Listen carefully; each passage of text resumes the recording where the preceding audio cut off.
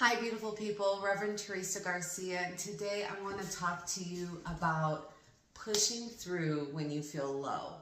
And the reason why I want to talk about this is because today I was just exhausted. I have been working endlessly with my book launch happening on Tuesday. Just so many moving parts along with my natural rhythm of life, right? And so I was exhausted and all I wanted was a nap. But what did I do instead? I went for a run out in nature. Now I know that this sounds crazy because most of the time when we're tired, we think we need to, rest. And most of the time we do. But there are times in our lives that require us to be in alpha mode. And for me, alpha mode is high speed, high focus, get things done. And so I am going to rest. I'm going to do a day of rest on Sunday.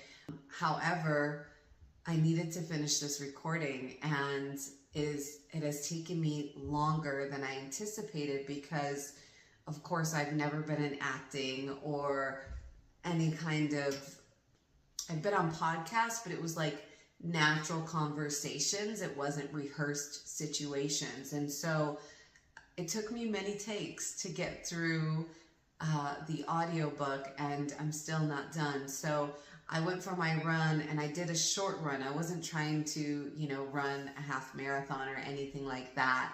I just needed to get a little bit of sun and to get my body moving. And from that place, I felt really good, and I was able to come in and conquer the day. One of the main reasons why I am probably feeling tired is because on top of the stress and pressure of what I'm doing, there's a lot of fear. My book it's called The Making of a Warrior of Light, Conquering Pain to Claim Your Power. And I was guided to write this directly from the divine. And what I was charged with doing was sharing the good, the bad, and the ugly in my life, and with a huge focus on the sexual abuse I've encountered and many decisions I made that, most people would find very bad.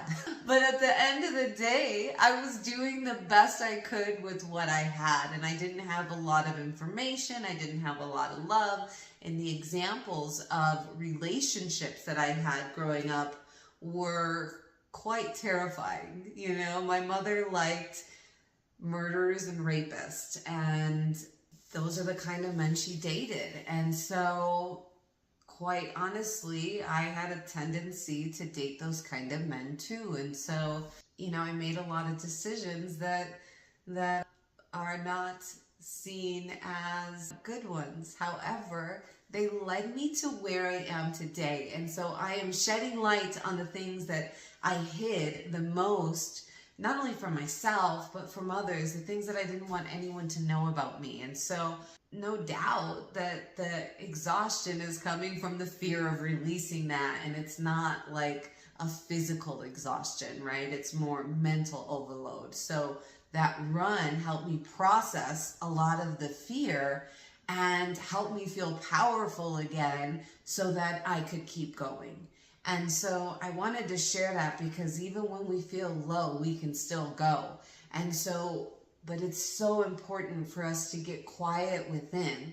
And I love heart math, so I love to touch my heart as I do it and just slow my breath and imagine that I'm breathing in and out of my heart while holding a feeling of love or appreciation for anyone, place, or thing. And then once I'm in that coherent state, it only takes a few moments. Then I recite the words Shanta Ista. And it's actually a Native American word that I have adopted from the lovely Greg Braden, who I talk about so much because he is just so smart and just amazing. And so I love everything that he does.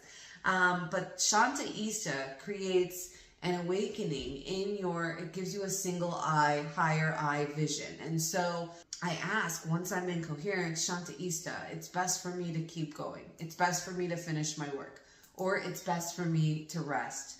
and I get direct guidance instantly. And so I wanted to share that with you. One, I really believe you need to be in a coherent state. Two, Shanta Ista only works if you are talking about yourself. So if you're saying, Lisa is lying to me, right? You can't use Shanta Ista to identify truth that involves someone else. You can only use it to identify your truth within. So I wanted to share that with you in hopes that you use it. And if you do, please let me know how it went for you. I would love to hear about your experiences in the comments. I would love to answer any kind of questions.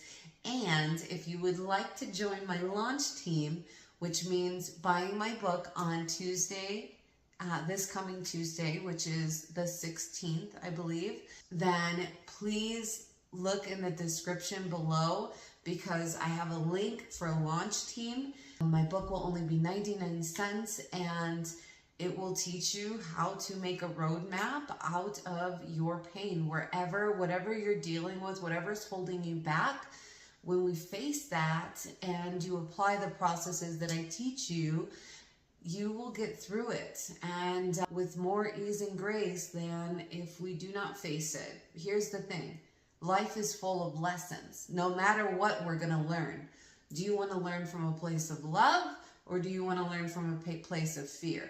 Now, in order to learn from a place of love, we have to face it, accept it, and go through the eye of the needle, right? And if we decide to turn our back on it or not face it, then we learn from a place of fear, also known as ignorance. And from that place, the world can hit you with 2x4s, and it can be really tough. I've had both, and I definitely prefer to learn by love because it's a much more gentler, slower, less chaotic process than when we learn from fear. But all is necessary. I've had many lessons from fear. I'm not diminishing the power of fear because fear holds a power as well. And I'm just choosing to be and embody that love that I wish to see in the world. And I hope you choose love with me. Thank you so much for tuning in. I hope you have a lovely day.